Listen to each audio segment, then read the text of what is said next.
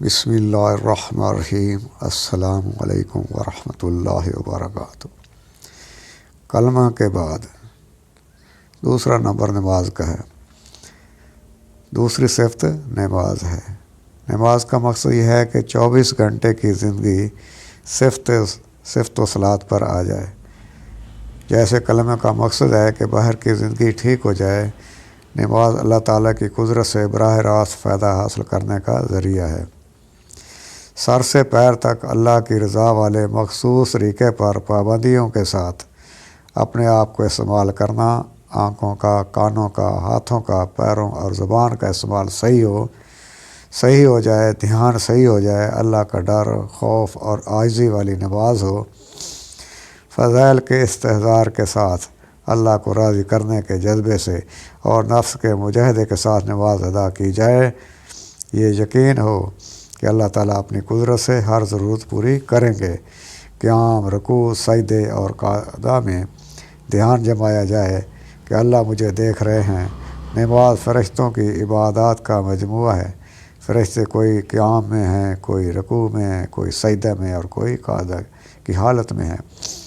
نماز کو نبی کریم صلی اللہ علیہ وسلم کے طریقے کے ساتھ ادا کیا جائے۔ آپ صلی اللہ علیہ وسلم نے فرمایا کہ نماز اس طرح ادا کرو جس طرح تم مجھے ادا کرتے ہوئے دیکھتے ہو۔ نماز میں خشوع و خضوع پیدا کیا جائے۔ نماز کے اوقات، شرائط، ارکان اور آداب کی پوری حفاظت کی جائے۔ نماز مسائل سیکھ کر پڑھی جائے اور فضائل کو ذہن میں رکھا جائے کہ ہر نماز کو پہلی نماز سے بہتر اور زندگی کی آخری نماز سمجھ کر پڑھا جائے۔ نماز کے فضائل اللہ جل شانہ نے فرمایا ہے کہ بے شک کامیاب ہو گئے وہ مومن جو اپنی نمازوں میں خشوع کرنے والے ہیں۔ احادیث مبارک میں نماز کے بے شمار فضائل بیان ہوئے ہیں۔ رسول اللہ صلی اللہ علیہ وسلم نے فرمایا کہ قیامت کے دن سب سے پہلے جس چیز کا حساب ہوگا وہ نماز ہے۔ بس اگر نماز پوری نکل آئی تو باقی اعمال بھی پورے نکلیں گے، اور اگر یہ بیکار نکلی تو باقی اعمال بھی خراب ہو جائیں گے۔ نبی کریم صلی اللہ علیہ وسلم کا ارشاد ہے کہ اللہ تعالیٰ نے میری امت پر سب چیزوں سے پہلے نماز فرض کی ہے، اور قیامت میں سب سے پہلے نماز کا حساب ہوگا۔ نماز کے بارے میں اللہ سے ڈرو۔ نماز جنت کی کنجی ہے۔ نماز دین کا ستون ہے۔ نماز مومن کی معراج ہے۔ نماز دل کا نور ہے۔ نماز افضل جہاد ہے۔ نماز ہر متقی کی قربانی ہے۔ نماز اسلام کی علامت ہے۔ نماز شیطان کا منہ کالا کرتی ہے، اور نماز میں نبی کریم صلی اللہ علیہ وسلم کی آنکھوں کی ٹھنڈک ہے۔ آدمی کے اور شر کے درمیان نماز ہی حائل ہے۔ سب سے افضل عمل اول وقت نماز پڑھنا ہے۔ افضل ترین نماز آدھی رات کی ہے۔ آخری رات کی 2 رکعات تمام دنیا سے افضل ہیں۔ نماز کا مرتبہ دین میں ایسا ہے جیسا کہ سر کا درجہ بدن میں ہے۔ جب آدمی نماز میں داخل ہوتا ہے تو اللہ تعالیٰ اس کی طرف پوری توجہ فرماتے ہیں۔ جب آدمی نماز کے لیے کھڑا ہوتا ہے تو جنت کے دروازے کھل جاتے ہیں۔ اللہ اور اس نمازی کے درمیان پردے ہٹ جاتے ہیں جب تک وہ کھانسی وغیرہ میں مشغول نہ ہو۔ ایک دفعہ نبی کریم صلی اللہ علیہ وسلم سردی کے موسم میں باہر تشریف لائے اور پتے درختوں پر سے گر رہے تھے۔ آپ صلی اللہ علیہ وسلم نے ایک درخت کی ٹہنی ہاتھ میں لی، اس کے پتے اور بھی گرنے لگے۔ آپ صلی اللہ علیہ وسلم نے فرمایا کہ مسلمان جب اخلاص کے ساتھ نماز پڑھتا ہے تو اس کے گناہ ایسے ہی جھڑتے ہیں جیسے درخت کے پتے۔ حضور اکرم صلی اللہ علیہ وسلم کا ارشاد ہے کہ 5 نمازوں کی مثال ایسی ہے کہ کسی کے دروازے پر ایک نہر ہو جس کا پانی جاری ہو اور گہرا ہو، اور وہ اس میں روزانہ 5 دفعہ غسل کرے۔ حضور اکرم صلی اللہ علیہ وسلم کا ارشاد ہے کہ حق تعالیٰ شانہ نے ارشاد فرمایا ہے کہ میں نے تمہاری امت پر 5 نمازیں فرض کی ہیں، اور اس کا میں نے اپنے لیے عہد کیا ہے کہ جو شخص ان 5 نمازوں کو ان کے وقت پر ادا کرنے کا اہتمام کرے، اس کو اپنی ذمہ داری پر جنت میں داخل کروں گا، اور جو ان نمازوں کا اہتمام نہ کرے تو مجھ پر اس کی کوئی ذمہ داری نہیں ہے۔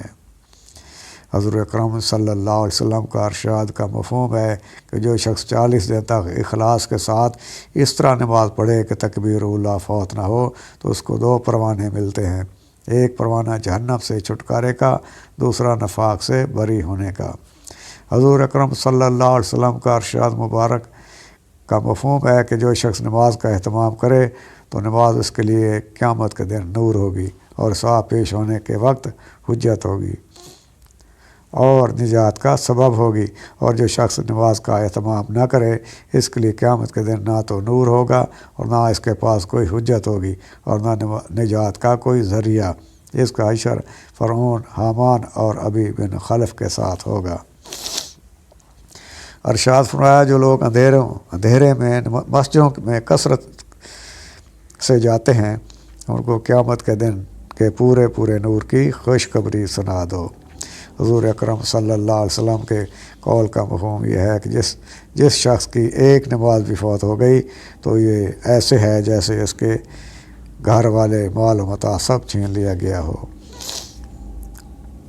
حضور اکرم صلی اللہ علیہ وسلم کا ارشاد ہے جس کا مفہوم یہ ہے کہ جو شخص اچھی طرح وضو کرے اور پھر فرض نماز پڑھے تو حق تعالی شان ہو اس دن جو گناہ جو چلنے سے ہوئے ہوں، وہ گناہ جو اس کے ہاتھوں نے کیے ہوں، وہ گناہ جس کو اس کی آنکھوں سے کیا گیا ہو، اور وہ گناہ جو اس کے دل میں پیدا ہوئے ہوں، سب معاف فرما دیتے ہیں۔ نماز کا حکم اسلام میں بہت محترم شان عمل ہے، مسلمان کی پہچان ہے۔ اس کو خوب خوشی اور خضوع سے ادا کیا جائے، باجماع نماز کی پابندی کی جائے، انفرادی اوقات میں نوافل میں لمبی رکعتیں پڑھی جائیں، دوسروں کو نماز کی دعوت دی جائے کہ کوئی بھی بالغ مرد عورت معاشرے میں بے نمازی نہ رہے، اللہ سے مقبولیت کی دعا کی جائے۔ نماز کے لیے علم اور دھیان بہت ضروری ہے۔ اللہ رب العزت ہمیں عمل کرنے کی توفیق عطا فرمائے۔ اللہ رب العزت نے دنیا اور آخرت کی پوری کامیابی، دونوں جہانوں کی کامیابی اپنے پورے دین پر چلنے میں رکھی ہے۔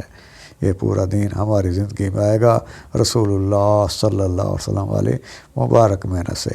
یہ محنت کرنا ہم سب کے ذمے ہے، ہماری ضرورت بھی ہے اور ہماری ذمہ داری بھی ہے کہ جس نے کلمہ پڑھا ہے اس کی یہ ذمہ داری ہے کہ پورے دین پر چلتے ہوئے دوسروں کو اس کی دعوت دینا، خود بھی نیک عمل کرنا اور دوسروں کو بھی نیک عمل کرنے کی تلقین کرنا، خود بھی برائی سے بچنا اور دوسروں کو بھی برائی سے بچنے کی تلقین کرنا۔ اس کام کے لیے اللہ رب العزت نے کم و بیش 1,24,000 پیغمبر بھیجے، وہ دنیا میں آئے، انہوں نے لوگوں کے دلوں پر محنت کی۔